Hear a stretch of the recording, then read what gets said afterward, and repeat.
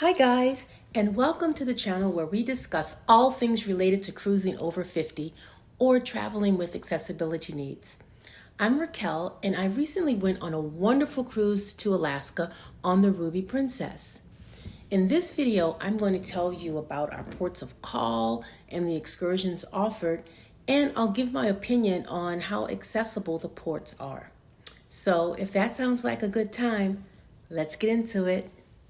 Cruising to Alaska might seem a bit daunting for seniors or people with mobility concerns, but with proper planning and a flexible mindset, you can enjoy your cruise and have the best time ever.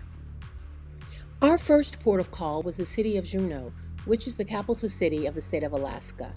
It was a rainy day, but in my opinion, that just added to the charm of the city.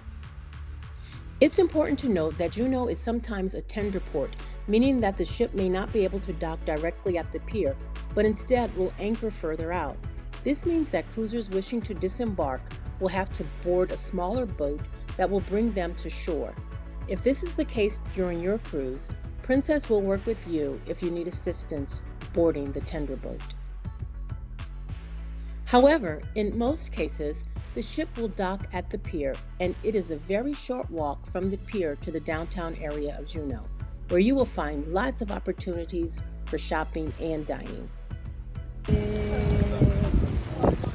We just got off the boat in Juneau. That's the ship. This is amazing. And right off of the pier is the cute port town.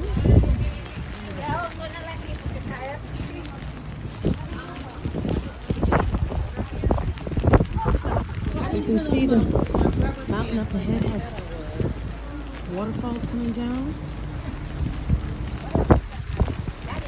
It is cold, it is raining, but we're on it.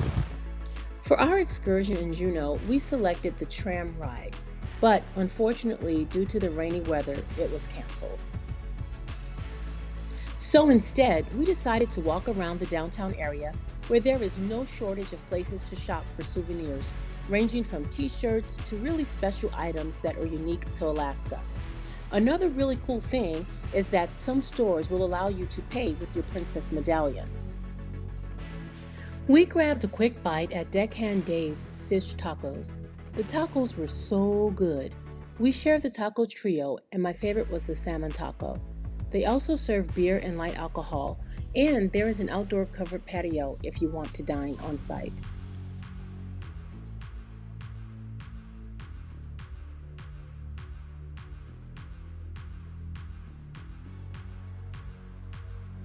Our next stop was Skagway.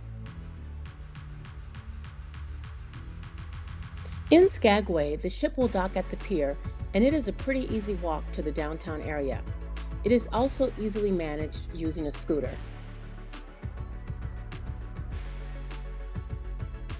Downtown Skagway is nestled beneath beautiful mountains and really has an old mining town feel. Lots of shopping in the downtown Skagway area, but I didn't find a whole lot of dining options. A fellow cruiser that we happened to just bump into on the street suggested a restaurant called Olivia's, so we headed there. Olivia's is really a quaint little restaurant, absolutely adorable, and only about a 15-minute walk from the ship. Okay. You have no idea. Oh my goodness. Oh my God, it's so meaty. It is. Oh, God. So if there's a line, it's gotta be good. And that holds true for the Alaskan fried bread and gift shop. We saw this really long line, and so we were like, we gotta see what's going on there. The most delicious, fluffy, light, airy pastry sprinkled with cinnamon. Absolutely yummy. You gotta try it. For our excursion, we took the local connections Skagway Streetcar City Tour with Storyteller. It's not listed as wheelchair accessible, but if you're able to walk about 2 blocks from the pier to the meetup spot and then manage a few steps onto the bus, the rest of the tour is quite easy and relaxing. But August 1896, headlines all over the country read gold as thick as cheese on a sandwich in the Klondike. And in a matter of months, our population boomed from 3 to close to 30,000. Wow. There was a short time where Skagway was the largest city in Alaska. One of the stops along our tour was the Gold Rush Cemetery. Here you'll be offered an opportunity to get off of the bus and walk around a bit. It is really very interesting, and you will get a lot of history about Skagway.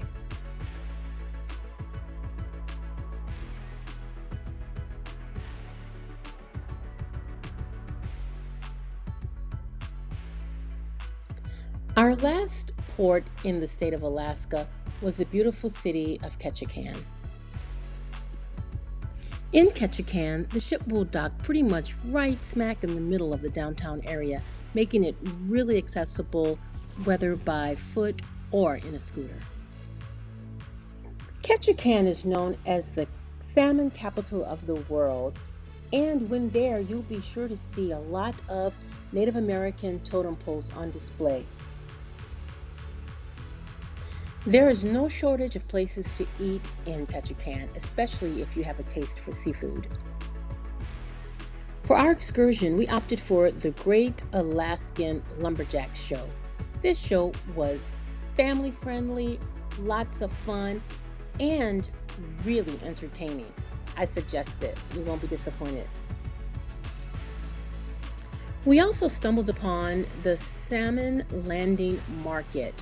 So from the outside, it doesn't look like much, but once you enter, you will see that there are a ton of places to shop.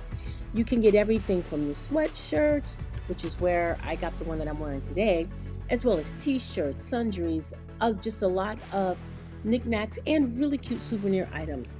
They even have really nice jewelry in there. I was really surprised at the amount of items that were inside this market. It's really a fun place to shop. So there was no way I could see something called a duck fart and not try it. So they give you these little shots, and let me tell you, super yummy. We just could not get enough crab on this cruise. So no doubt that we stopped at the Alaska King Crab Company. They did have a pretty wide selection of crab. However, I found them to be a little pricey and definitely not the best crab that we had on the trip. Olivia's, I preferred more.